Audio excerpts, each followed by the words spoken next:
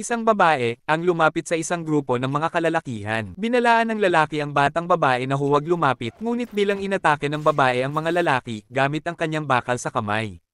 Binaril ng mga lalaki ang batang babae at hinabol nila ito, kaya napatakbo ito ng mabalis at naghanap ng matatagwan. Ang kanilang mayor ay inutusang habulin ang babae. Ngunit nakatakas at nakapagtago na ang babae. Ginalugad nila ang buong bodega para mahanap ito. Isang lalaki ang nakakita sa babae ngunit mabalis kumilos ang bata kaya ito ay nakapagtago agad. Walang kaano-ano sumugod ang bata sa mga sundalo, nilabas nito ang matatalas niyang kuko at sinaksak niya ito, labis na nasugatan ang sundalo.